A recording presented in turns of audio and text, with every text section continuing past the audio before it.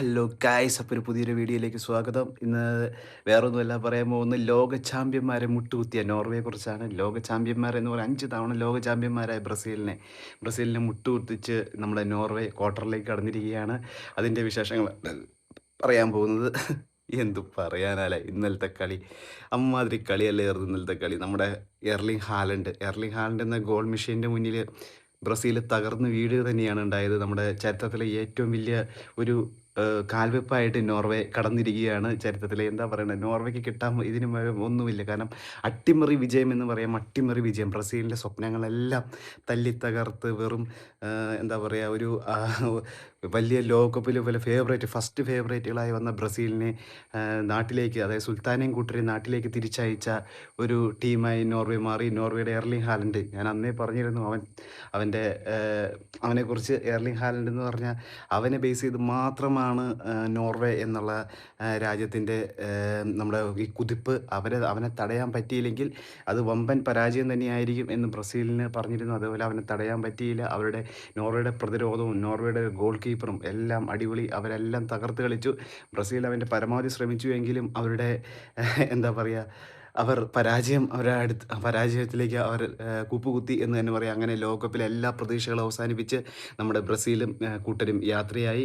നമുക്ക് ഈ വേൾഡ് കപ്പിനെ കുറിച്ച് തന്നെ പറയാനാണെങ്കിൽ വലിയ പ്രതീക്ഷകൾ വന്നത്, ഏറ്റവും കൂടുതൽ ആരാധകരുള്ള രാജ്യമാണ് ബ്രസീൽ. അമ്മാതിരി പ്രതീക്ഷകളുമായി വന്ന രാജ്യമാണ് ബ്രസീൽ.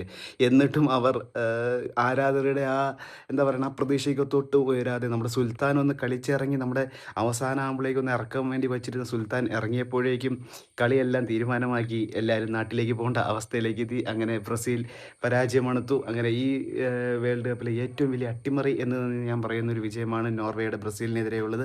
അപ്പോൾ ഈ മത്സരത്തിൽ എന്തുകൊണ്ടാണ് അവർ തോറ്റത്, എന്തായിരുന്നു ഈ കളിയുടെ എല്ലാം നമുക്ക് വിശദമായി പരിശോധിക്കുക. അപ്പോൾ വീഡിയോയിൽ അങ്ങനെ 2026 പ്രീ ക്വാർട്ടറിൽ ലോകമെത്തുള്ള എല്ലാ ആരാധകരും ആകാംക്ഷയോടെ കാത്തിരുന്ന മത്സരമായിരുന്നു ബ്രസീൽ വിത്ത് നോർവേ. 5 തവണ ലോക ചാമ്പ്യന്മാരായ ബ്രസീലും നോർവേയും തമ്മിലായിരുന്നു മത്സരം.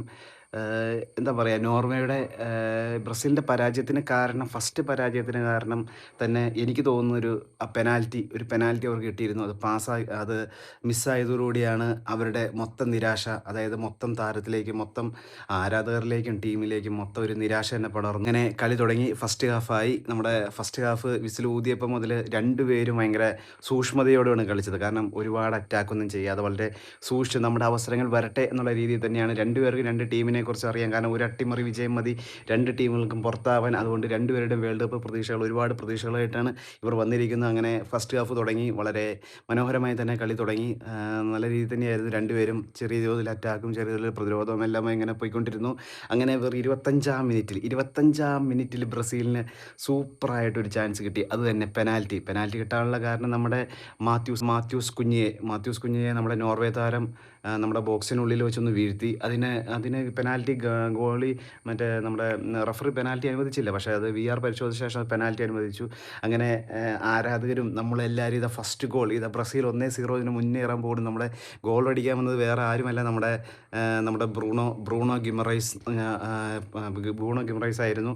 അന്ന് ഗോൾ അടിക്കാൻ വന്നു. പക്ഷേ എന്തോ നമ്മുടെ നോർവേയുടെ ഗോൾ കീപ്പർ, അവൻ്റെ പേര് തന്നെ അടിപൊളി, അവൻ്റെ പറയാതിരിക്കാൻ പറ്റില്ല, നൈലൻഡാണ് നമ്മുടെ അത് തടഞ്ഞു നിർത്തി. അതോടുകൂടി എന്ന് പറയട്ടെ, ബ്രസീലിൻ്റെ തകർച്ച അവിടെ ആരംഭിച്ചു.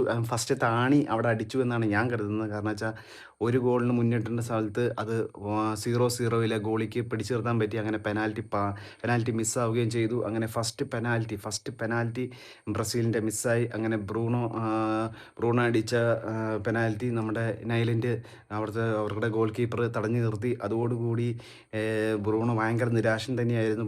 ബ്രൂണോ തല താഴ്ത്തിക്കൊണ്ടാണ് നമ്മൾ കാണാൻ സാധിച്ചത്. അതേപോലെ തന്നെ നമ്മുടെ നൈലൻഡ് നമ്മുടെ മുഷ്ടി ചുരുട്ടി, ആഹാ ഞങ്ങൾ തകർത്തറ, ഞങ്ങളിതാ തിരിച്ചു വന്നു എന്നുള്ള രീതിയിൽ തന്നെയാണ് അവർ ആ ഗോൾ തടഞ്ഞത് ആഘോഷിച്ചത്. അങ്ങനെ തുടക്കം തന്നെ ബ്രസീലിനെ അടിച്ചു കഴിഞ്ഞപ്പോൾ അതോടുകൂടി ബ്രസീലിൻ്റെ എല്ലാ അംഗങ്ങൾക്ക് ഒരു നിരാശയായിരുന്നു. കാരണം വെച്ചാൽ ആരാധകർക്ക് നിരാശയായി. ഒരു ഗോൾ മിസ്സാക്കി കളി എങ്ങോട്ടാണ് പോകുന്നത്, ബ്രസീൽ പുറത്തേക്കാണോ ചിന്താഗതി അപ്പം തന്നെ ഉയർന്നു. പിന്നെ അവരുടെ താരങ്ങളായ ബ്രസീലിലെ താരങ്ങളായ വിനീഷ്യസ് ജൂനിയറും റാഫിഞ്ഞയും ബ്രൂണോയും എല്ലാവരും നിരവധി മുന്നേറ്റങ്ങൾ തന്നെ നടത്തി കേട്ടോ. നല്ല രീതിയിൽ തന്നെ മുന്നേറ്റങ്ങൾ നടത്തി. പക്ഷേ ഇവരുടെ പ്രതിരോധം അതെല്ലാം തടഞ്ഞു നിർത്തി എന്ന് തന്നെയാണ് എനിക്ക് പറയാനുള്ളത്. നല്ല ഗോൾ കീപ്പർ നൈലൻഡ് ആയാലും ഒരുപാട് സേവുകൾ ചെയ്തു. നല്ല രീതിയിൽ തന്നെ കളി ഇങ്ങനെ മുന്നോട്ട് പോയി. ഒരുപാട് ശ്രമിക്കുന്നുണ്ടായിരുന്നു രണ്ടുപേരും. അപ്പോൾ അങ്ങനെ പോയി അങ്ങനെ ഫസ്റ്റ് നമ്മുടെ ആദ്യ പകുതി അവസാനിക്കാൻ പോവുകയാണ്. 0-0 ആദ്യ പകുതി അവസാനിച്ചത്. വെറും എന്താ പറയുന്നത്, നമുക്ക് കണ്ടിരുന്നവർക്ക് ടെൻഷനും എല്ലാം കയറുന്ന ഒരു അവസരമായിരുന്നു. കാരണം 0-0 ആർക്കും ഗോൾ അടിക്കാൻ പറ്റിയില്ല. ബ്രസീലിന് ഒരു ഗോൾ അടിക്കാൻ അവസരം കിട്ടി. പക്ഷേ അത് ബ്രസീൽ പെനാൽറ്റി പാസ്സാക്കുകയും ചെയ്തു. നെയ്മറാണെങ്കിൽ ഇറങ്ങിയിട്ടും കൂടി ഇല്ല. ഇനി നെയ്മർ അടുത്ത ഫസ്റ്റ് ലെവലിൽ ഉണ്ടായി ഇതെല്ലാം നമ്മുടെ സബ്സ്റ്റിറ്റ്യൂട്ടായിട്ട് ഇറങ്ങുമെന്ന് തന്നെ പ്രതീക്ഷിച്ചിരിക്കുന്നത്. സെക്കൻഡ് ഹാഫിൽ എന്തായാലും അവൻ ഇറങ്ങിയേ പറ്റൂ. കാരണം വെച്ചാൽ ഒരു നെയ്മർ വന്നില്ലെങ്കിൽ നമ്മുടെ ബ്രസീലിനെ സംബന്ധിച്ച് ഒരു ആക്രമണത്തിന് അത്രയും ശേഷി കുറയുമെന്ന് തന്നെയാണ് എനിക്ക് തോന്നുന്നത്. കാരണം പുള്ളിയുടെ അത്രയും ആക്രമണം നടത്താൻ പറ്റിയ നല്ല ബ്രസീൽ താരങ്ങളുണ്ട്. എന്നിരുന്നാൽ തന്നെയും നെയ്മർ ഇറങ്ങിക്കഴിഞ്ഞാൽ ടീമിന് തന്നെ ഒരു പോസിറ്റീവ് എനർജിയാണ്. അങ്ങനെ രണ്ടാം പകുതിയിലേക്ക് കിടക്കുകയാണ്. രണ്ടാം പകുതി വിസിലൂതി തുടക്കം മുതൽ തന്നെ രണ്ടുപേര് ആക്രമണം അയച്ചിട്ട്, കാരണം രണ്ടുപേർക്ക് വിജയിച്ചേ പറ്റൂ. കാരണം ബ്രസീലിന് പ്രത്യേകിച്ച് ബ്രസീൽ പുറത്താവാൻ ഇനി ചാൻസ്, ഒരു ഗോൾ അടിച്ചാൽ മതി ബ്രസീൽ പുറത്താവും. അതുകൊണ്ട് തന്നെ നല്ല രീതിയിൽ തന്നെയാണ് നമ്മുടെ ബ്രസീൽ ആക്രമണം തുടങ്ങിയത്. നമ്മുടെ 19 വയസ്സുകാരൻ എൻട്രിക്ക് സബ്സ്റ്റിറ്റ്യൂട്ടായിട്ട് ഇറങ്ങി. അദ്ദേഹത്തിന് ഒരു മികച്ച നല്ലൊരു അവസരം എൻട്രിക്കിന് കിട്ടിയിരുന്നു കേട്ടോ.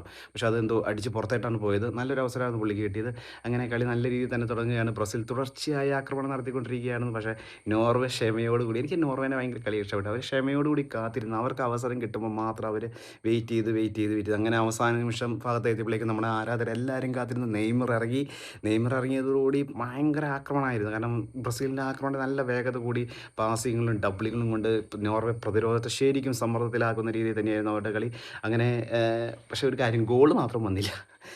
നല്ലൊരു കളി, നല്ല സംഭവം തന്നെയായിരുന്നു. നെയ്മർ അടങ്ങിയ ശേഷം കാഴ്ചവെച്ചു. പക്ഷേ ഗോൾ മാത്രം വന്നില്ല. അങ്ങനെ 79-ാം മിനിറ്റിലാണ് നമ്മുടെ ആദ്യ പ്രഹരം എന്ന് തന്നെ പറയാം. ആദ്യ പ്രഹരം നമ്മുടെ ബ്രസീലിന് കിട്ടുന്നത്. ബ്രസീലിൻ്റെ നമ്മുടെ ഹാലൻഡിൻ്റെ ആദ്യ ഗോള്. ഹാലൻഡ് 79-ാം മിനിറ്റ് നല്ല ഹെഡറിലൂടെയാണ് ആ ഗോള് നേടിയത്. ആ ഗോള് നേടിയത് സ്റ്റേഡിയം രണ്ടായി പിളർന്നു തന്നെ. ഒരു ഭാഗത്ത് നോർവേയുടെ ആൾക്കാർ ഭയങ്കര ആഘോഷം, മറ്റൊരു ഭാഗത്ത് ബ്രസീലിൻ്റെ ആൾക്കാർ ചങ്ക് തകർന്ന് കിടക്കുകയാണ്. നമ്മുടെ കേരളത്തിലെ ആരാധകർക്ക് ചങ്ക് തകർന്നുണ്ടാവും. കാരണം 1-0 നമ്മുടെ നോർവേ മുന്നിലെത്തി. നമ്മുടെ 5 തവണ ലോക ചാമ്പ്യന്മാരായ ശരിക്കും പുറത്താകാൻ വഴിയുള്ള ആദ്യത്തെ ആണിയടിയാണോ ഇത് തന്നെ എനിക്ക് സംശയം തോന്നി. കാരണം വെച്ചാൽ ഒരവസരം നമ്മൾ കിട്ടിയ അവസരം മിസ്സാക്കിയതിന് ശേഷം പിന്നെ അവർ തിരിച്ചടിക്കുക എന്നുള്ളത് പറഞ്ഞപ്പോഴേക്കും നമുക്ക് എന്താ പറയണേ, ഭയങ്കര നിരാശ തന്നെയായിരുന്നു. അങ്ങനെ സമയം കഴിഞ്ഞ് 1-0 90 മിനിറ്റായി. 90 മിനിറ്റിലും 1-0 തന്നെയാണ് നിൽക്കുന്നത്. എന്ത് സംഭവിക്കുമെന്നറിയത്തില്ല. അങ്ങനെ 90-ാം മിനിറ്റിൽ അടുത്ത ഗോൾ വീണു. അത് തന്നെ ഹാലൻഡിൻ്റെ രണ്ടാമത്തെ ഗോള്. ഇതൊരു ഗോൾ വെറും മാത്രമായിരുന്നില്ല. അതിൻ്റെ ബ്രസീലിൻ്റെ ലോകകപ്പ് സ്വപ്നങ്ങൾക്ക് തന്നെ മേലുള്ള ഒരു അവസാന പ്രഹരം തന്നെ എന്നാണ് ഞാൻ വിശേഷിപ്പിക്കുന്നത്.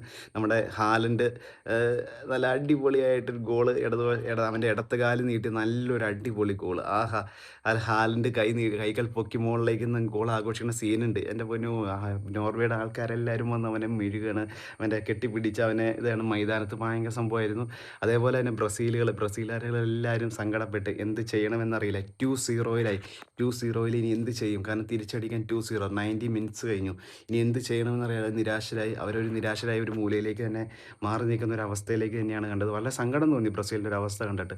കാരണം നെയ്മർ അടക്കം വിനീഷ്യസ് ജൂനിയർ എല്ലാവരും ഭയങ്കര സങ്കടത്തിലായിരുന്നു. ബ്രസീൽ ആരാധകരാണെങ്കിൽ ഭയങ്കര സങ്കടം. കാരണം 2-0 90 മിനിറ്റ്സായി, ഇനി എന്ത് ചെയ്യണമെന്നറിയില്ലാത്തൊരവസ്ഥയിലെത്തി. അങ്ങനെ സമയം കഴിഞ്ഞ് പോയിക്കൊണ്ടിരിക്കുകയാണ്. കളി എന്താ പറയുക, ഒരു പരുക്കൻ രീതിയിലേക്ക് തന്നെ പോകുന്ന രീതിയിലേക്കാണ് പോകേണ്ടത്. അങ്ങനെ കളി പോയി 90+10 മിനിറ്റ് ഇഞ്ചുറി ടൈമിൽ തന്നെ നമ്മുടെ ബ്രസീലിന് അടുത്ത പെനാൽറ്റി ലഭിച്ചു. ബ്രസീൽ തിരിച്ചു വരുമോ? ഇനിയും സമയം മതി. കാരണം 1 മിനിറ്റ് മതി നമുക്ക് ഒരു ഗോൾ അടിച്ച് കളി ജയിക്കാൻ. അങ്ങനെ വേറെ ആരുമല്ല പെനാൽറ്റി എടുക്കാൻ വന്നത് നമ്മുടെ സുൽത്താൻ തന്നെ. അതെ, നെയ്മർ വളരെ ശാന്തമായിട്ടാണ് പുള്ളി നേരെ ഗോൾ കീപ്പറെ നല്ല നൈസായിട്ട് പറ്റിച്ച് ഗോൾ അടിച്ചു. അങ്ങനെ 1 അടിച്ചു. അങ്ങനെ ഒരു ഗോള് ബ്രസീലും അടിച്ചു. അങ്ങനെ റഫറി ഏതാണ്ട് സമയം തീരാറായി. റഫറി വിസിൽ മുഴുകിയതോടെ 2-1 നോർവേ അങ്ങനെ ചരിത്ര വിജയം സ്വന്തമാക്കി. എന്താ പറയുക, വളരെ സങ്കടമുണ്ട്. വളരെ സങ്കടം എന്ന് പറഞ്ഞാൽ നമ്മളൊരു ബ്രസീൽ ഒരു ഫൈനൽ അല്ലെങ്കിൽ ബ്രസീൽ ഒരു സെമി ഫൈനൽ ഒരു അവസാന നിമിഷം വരെ ഉണ്ടാകുമെന്ന് തന്നെയാണ് എല്ലാവരും പ്രതീക്ഷിച്ചുകൊണ്ടിരുന്നത്. പക്ഷേ ബ്രസീൽ എന്തോ തുടക്കം തന്നെ ക്വാർട്ടർ പോലും എത്താതെ ബ്രസീൽ പുറത്തായി. നെയ്മർ അടക്കം നമ്മുടെ ഒരുപാട് നല്ല കളിക്കാർ ഇതൊക്കെ ഇനി അടുത്ത വേൾഡ് കപ്പിൽ ഉണ്ടാകുമോ എന്ന് തന്നെ അറിയത്തില്ല. കാരണം വെച്ചാൽ പക്ഷേ ഇവരൊക്കെ വിരമിച്ചു എന്ന് പറഞ്ഞാലും പിന്നീടും കളിക്കും ട്ടോ. അതുകൊണ്ട് തന്നെ നമുക്ക് വിരമിച്ചു എന്ന് പറയുന്നതിലൊന്നും വിശ്വാസമില്ല. എന്നെ സംബന്ധിച്ച് വിശ്വാസമല്ല. നെയ്മറിനെയും ഇവര് കാരണം നെയ്മറിന് ഇന്നേ വരെ നല്ലൊരു കളി കളിക്കാൻ പറ്റിയില്ല. എപ്പളും പുള്ളിക്ക് പരിക്ക് തന്നെയാണ്. നെയ്മറിൻ്റെയൊക്കെ ഒരു നല്ലൊരു കളി ഇനി കാണാൻ സാധിക്കട്ടെ എന്ന് തന്നെ ഞാൻ ആഗ്രഹിക്കുന്നു. കാരണം 2-1 അങ്ങനെ ബ്രസീലിനെ തിരിച്ച് നാട്ടിലേക്ക് മടങ്ങാനുള്ള ടിക്കറ്റ് എടുത്ത് കൊടുത്ത് നോർവേ ചരിത്ര വിജയം തന്നെ നേടി. എനിക്ക് തോന്നുകയാണെങ്കിൽ ഒരു 66% കളി കളി നോർവേയുടെ കയ്യിൽ തന്നെയായിരുന്നു. നല്ല എന്താ പറയണേ, നല്ല കളി തന്നെയായിരുന്നു. 66% നോർവേ തന്നെയാണ് കാര്യം. 34 പേർ തുടക്കം മാത്രമാണ് ബ്രസീലിൻ്റെ കയ്യിൽ പന്ത് പോലെ ഇരുന്നുള്ളൂ. പക്ഷേ അറ്റാക്കെല്ലാം നല്ല രീതിയിലാണ്. കോർണർ കിക്ക് 2 പേർക്ക് 5 വീതമാണ് കിട്ടിയത്. പാസൊക്കെ അടിപൊളിയായിട്ട് ബ്രസീൽ. അതൊക്കെ പറഞ്ഞ ബ്രസീൽ തന്നെയായിരുന്നു. പക്ഷേ എന്തോ നോർവേയുടെ കളിയാണ്. നോർവേ അവർ പ്രത്യേകിച്ച് ഹാലണ്ട് എന്താ പറയുക യഥാർത്ഥ ഹീറോ ഹാലണ്ട് തന്നെയാണ്.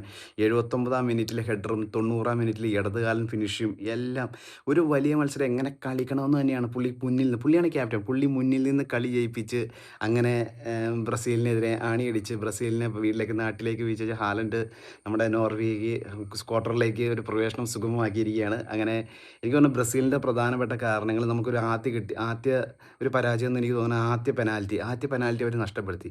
അതേപോലെ തന്നെ ഒരുപാട് ഫിനിഷിങ്ങിന് അവസരങ്ങൾ കിട്ടി. അതൊന്നും അവർക്ക് സാധിച്ചില്ല. അവർക്ക് എന്താ പറയണേ എന്താ അവിടെ സംഭവിച്ചതെന്ന് എനിക്ക് മനസ്സിലാവുന്നില്ല. കാരണം നിരവധി അവസരങ്ങൾ അവർക്ക് ഫിനിഷിംഗ് എന്ന് പറഞ്ഞാൽ പിന്നെ നമ്മുടെ മെയിനായിട്ട് പറയേണ്ടത് നമ്മുടെ ഗോൾ കീപ്പർ തന്നെയാണ് കേട്ടോ. അവരുടെ ഗോൾ കീപ്പർ ഓർജൻ നൈലാൻഡ് അതാണ് എനിക്ക് പേര് കറക്റ്റ് അറിയാലോ. നൈലാൻഡ് പുള്ളിയുടെ ജസ്റ്റ് അസാധാരണ പ്രകടനം. കാരണം വെച്ചാൽ പുള്ളി ഇഷ്ടം പോലെ പ്രാവശ്യം നന്നായിട്ട് ശ്രമിച്ചു, നന്നായിട്ട് തടഞ്ഞു നിർത്തി, നന്നായിട്ട് പുള്ളിയുടെ ഒരു പെനാൽറ്റി തടഞ്ഞു നിർത്തി. അതാണ് പുള്ളിയുടെ ഏറ്റവും ഹൈലൈറ്റ്. ആ പെനാൽറ്റി തടഞ്ഞു നിർത്തിയതോടെയാണ് ശരിക്കും ബ്രസീൽ തകർന്നറിഞ്ഞത്. പിന്നെ അവസാന നിമിഷം നിരവധി പ്രതിരോധം. ഞാൻ പറഞ്ഞ ഹാലൻഡിനെ മാർക്ക് ചെയ്യാൻ പറ്റിയില്ലെങ്കിൽ തന്നെ ബ്രസീൽ തോറ്റു എന്ന് ഞാൻ കഴിഞ്ഞ ദിവസം പറഞ്ഞിരുന്നു. അത് തന്നെ സംഭവിച്ചു. ഹാലൻഡിനെ അവർക്ക് മാർക്ക് ചെയ്യാൻ പറ്റിയില്ല. കാരണം രണ്ടാമത്തെ ഗോൾ അടിച്ചത് ഫസ്റ്റ് ഗോൾ അടിച്ചതോടുകൂടി ബ്രസീൽ നന്നായിട്ട് പരിങ്ങിയിരുന്നു. ബ്രസീൽ എല്ലാവരും മുന്നേറ്റ നിരയിലേക്ക് എത്തി ആക്രമണം തുടങ്ങിയ സമയത്താണ് ഹാലൻഡ് നല്ലൊരു കൗണ്ടർ അറ്റാക്ക് കൂടിയാണ് ഹാലൻഡ് രണ്ടാമത്തെ ഗോൾ നേടിയത്. അത് ഇവിടെ മാർക്ക് ചെയ്യാൻ പറ്റിയില്ല. കാരണം എല്ലാവരും ഒരു ഗോൾ പിന്നിലായല്ലോ എന്ന് ഓർത്ത് എല്ലാവരെയും മുന്നിലേക്ക് കയറ്റിവിട്ടാണ് ബ്രസീൽ കളി തുടങ്ങിയത്. അതോടുകൂടിയാണ് ഇവർക്ക് ഹാലൻഡിന് അവസരം കിട്ടി അടിപൊളിയായിട്ട് ഗോളടി. ഹാലൻഡിനെ പ്രതിരോധിക്കാൻ ഒരു ബ്രസീൽ പ്രതിരോധ നിര ശരിക്കും പരാജയപ്പെട്ടു എന്ന് തന്നെ പറയാം. അങ്ങനെ 2026 വേൾഡ് കപ്പിൽ ഏറ്റവും വലിയ അട്ടിമറി മത്സരമായി തന്നെ മാറി. ഹാലൻഡിൻ്റെ ഇരട്ട ഗോളിൽ നോർവേ ക്വാർട്ടർ ഫൈനലിലേക്ക് കടന്നു.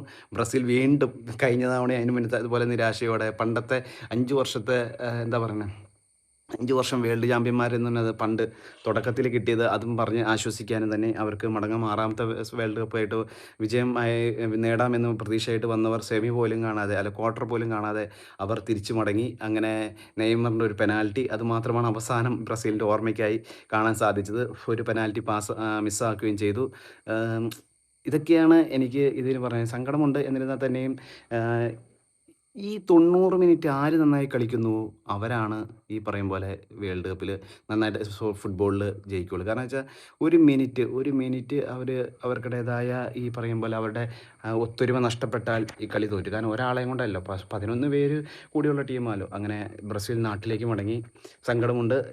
നമുക്കിനി പോർച്ചുഗലുണ്ട്, ഇനി അടുത്ത കളിയുണ്ട്. നമ്മുടെ ബ്രസീൽ ആരാധകരോട് എനിക്ക് പറയാനുള്ളത് നമുക്ക് കാത്തിരിക്കാം അടുത്ത വേൾഡ് കപ്പ് വരെ. കാരണം ബ്രസീൽ എന്നുള്ളൊരു നല്ലൊരു ടീം തന്നെയാണ്. അവർക്ക് എന്താ പറയണേ പറയാനൊന്നുമില്ല. കാരണം വിഷമം മാത്രം, സങ്കടം മാത്രം. ബ്രസീൽ അങ്ങനെ വേൾഡ് കപ്പിൽ നിന്ന് പുറത്തായി. അപ്പോൾ 2-1 ബ്രസീൽ പുറത്തായി. നോർവേ ക്വാർട്ടറിലേക്ക് കടന്നു. അപ്പോൾ പുതിയൊരു വീഡിയോയുമായി പിന്നെ കാണാം. അപ്പോൾ നിങ്ങൾക്ക് ഇഷ്ടപ്പെട്ടാൽ ലൈക്ക് ചെയ്യുക, സബ്സ്ക്രൈബ് ചെയ്യുക. അപ്പോൾ ഓക്കെ, താങ്ക് യു.